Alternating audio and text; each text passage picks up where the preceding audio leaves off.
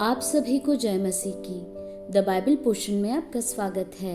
हमारा आज का वचन है भजन संहिता 106। याह की स्तुति करो, यहोवा का धन्यवाद करो, क्योंकि वह भला है और उसकी करुणा सदा की है। यहोवा के पराक्रम के कामों का वर्णन कौन कर सकता है, या उसका पूरा गुणानुवाद कौन सुना सकता। क्या ही धन्य हैं वे जो न्याय पर चलते और हर समय धर्म के काम करते हैं। हे यहोवा, अपनी प्रजा पर की प्रसन्नता के अनुसार मुझे स्मरण कर, मेरे उद्धार के लिए मेरी सुधि ले, कि मैं तेरे चुने हुओं का कल्याण देखूं और तेरी प्रजा के आनंद में आनंदित हो जाऊं और तेरे निज भाग के संग बड़ाई करने पाऊं। हमने तो अपने पुरखाओं के समान पाप किया है, हमने कुटिलता की, हमने दुष्टता की है। मिस्र में हमारे पुरखाओं ने तेरे आश्चर्य कर्मों पर मन नहीं लगाया, न तेरी अपार करुणा को स्मरण रखा। उन्होंने समुद्र के किनारे अर्थात लाल समुद्र के किनारे बलवा किया, तो भी उसने अपने नाम के निमित्त उनका उद्धार किया, जिससे वह अपने पराक्रम को प्रकट करे। तब उसने लाल समुद्र को घुड़का और वह सूख गया, और वह उन्हें गहरे जल के बीच से मानो जंगल में से निकाल ले गया। उसने उन्हें बैरी के हाथ से उबारा और शत्रु के हाथ से छुड़ा लिया, और उनके शत्रु जल में डूब गए, उनमें से एक भी न बचा। तब उन्होंने उसके वचनों का विश्वास किया और उसकी स्तुति गाने लगे, परंतु वे झट उसके कामों को भूल गए और उसकी युक्ति के लिए न ठहरे। उन्होंने जंगल में अति लालसा की और निर्जल स्थान में परमेश्वर की परीक्षा की। तब उसने उन्हें मुंह मांगा वर तो दिया, परंतु उनके प्राण को सुखा दिया। उन्होंने छावनी में मूसा के और यहोवा के पवित्र जन हारून के विषय में डाह की। भूमि फटकर दातान को निगल गई और अबीराम के झुंड को ग्रस लिया, और उनके झुंड में आग भड़क उठी और दुष्ट लोग लौ से भस्म हो गए।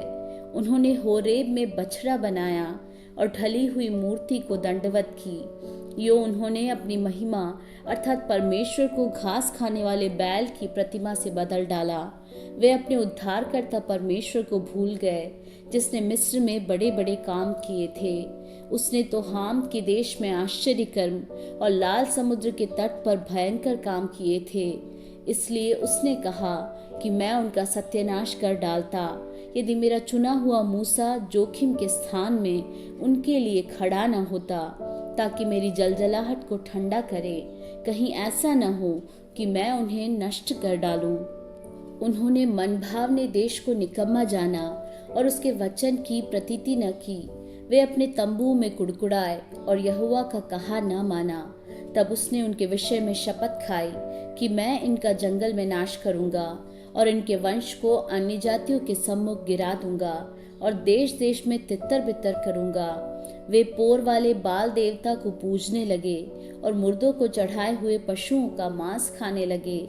यो उन्होंने अपने कामों से उसको क्रोध दिलाया और मरी उनमें फूट पड़ी।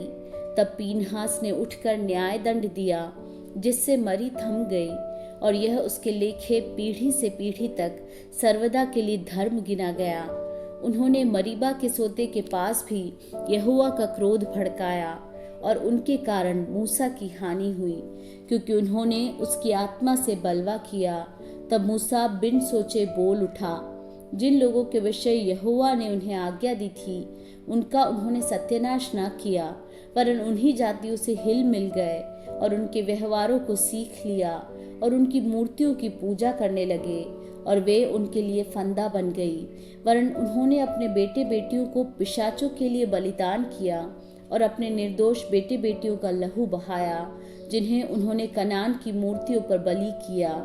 इसलिए देश खून से अपवित्र हो गया, और वे आप अपने कामों के द्वारा अशुद्ध हो गए और अपने कार्यों के द्वारा व्यभिचारी भी बन गए।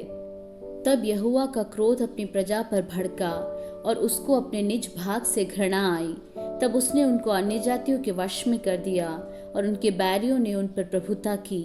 उनके शत्रुओं ने उन पर अंधेर किया, और वे उनके हाथ तले दब गए।